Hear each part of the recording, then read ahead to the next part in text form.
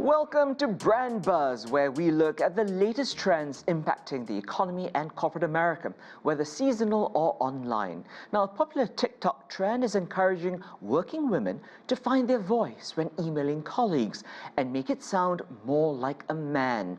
Less fluff, more direct and transactional. But some experts say the shift could actually have a negative impact on women in the workplace. Well, for more on the impact of this trend on women in the workplace, we're joined now by Julia K. Toothacre. Julia is a career coach, strategist and owner of the Ride the Tide Collective, which specializes on career coaching for professionals. She's also the chief career strategist for resumetemplates.com. Hi there, Julia. Great to have you on the show. Hi, Gerald. Thanks for having me. Absolutely. We've lots to talk about here, because we've had gender pay gaps, dress code disparities, and now it's masculine versus feminine communication styles.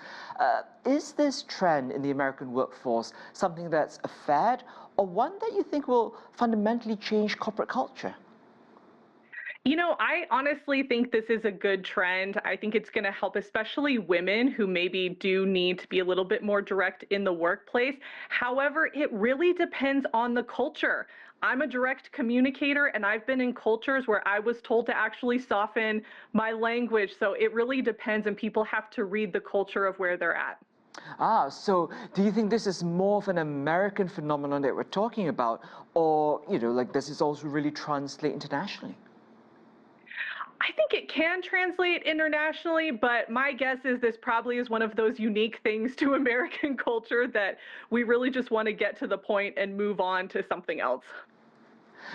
Julia, can you tell, I'm curious, without reading the name of a sender, whether an email was written by a man or woman, and what are some of the telltale signs that give the identity away?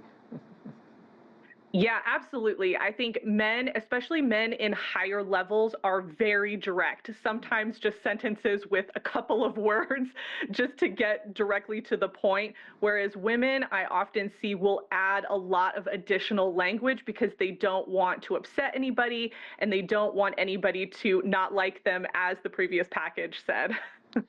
It's interesting because you bring up men in higher positions. Money, time, as we know, is money. So as people move up the ladder, is it fair to expect emails to be shorter regardless of gender?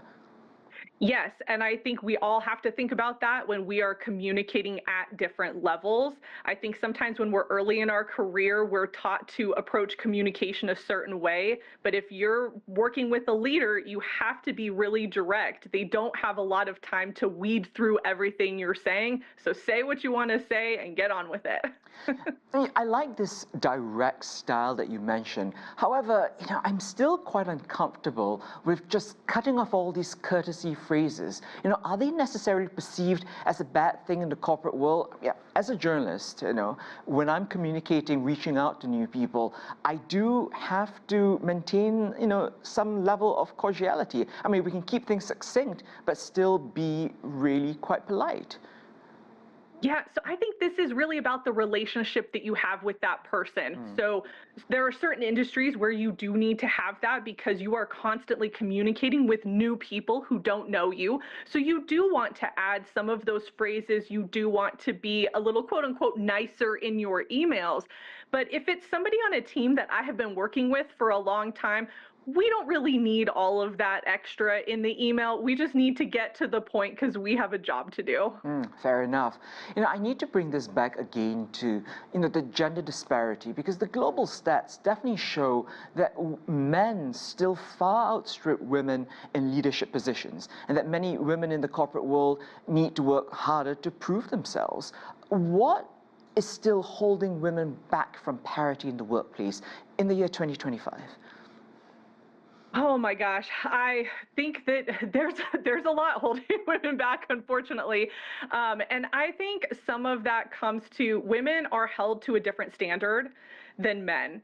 I think that's one of the main things. I think women need some additional support from men in the workplace, and that really means finding those champions. I think women have proved themselves, but there's still a lot of bias that we hold, men and women, toward women. And so So I think that's something that we have to look at internally and make sure that we are treating women fairly and we're not making unjust assumptions just because they're a woman and they have other responsibilities. And so lastly, is one advice for women in the workplace then to email more like a man, more like a boss, as they say? So I think you have to really look at the landscape of your situation. So that's the culture that you're in, that's the type of position that you're in, and it's the person that you are emailing. And I think everyone, men and women, could really adjust their language to fit whatever situation they are in the moment.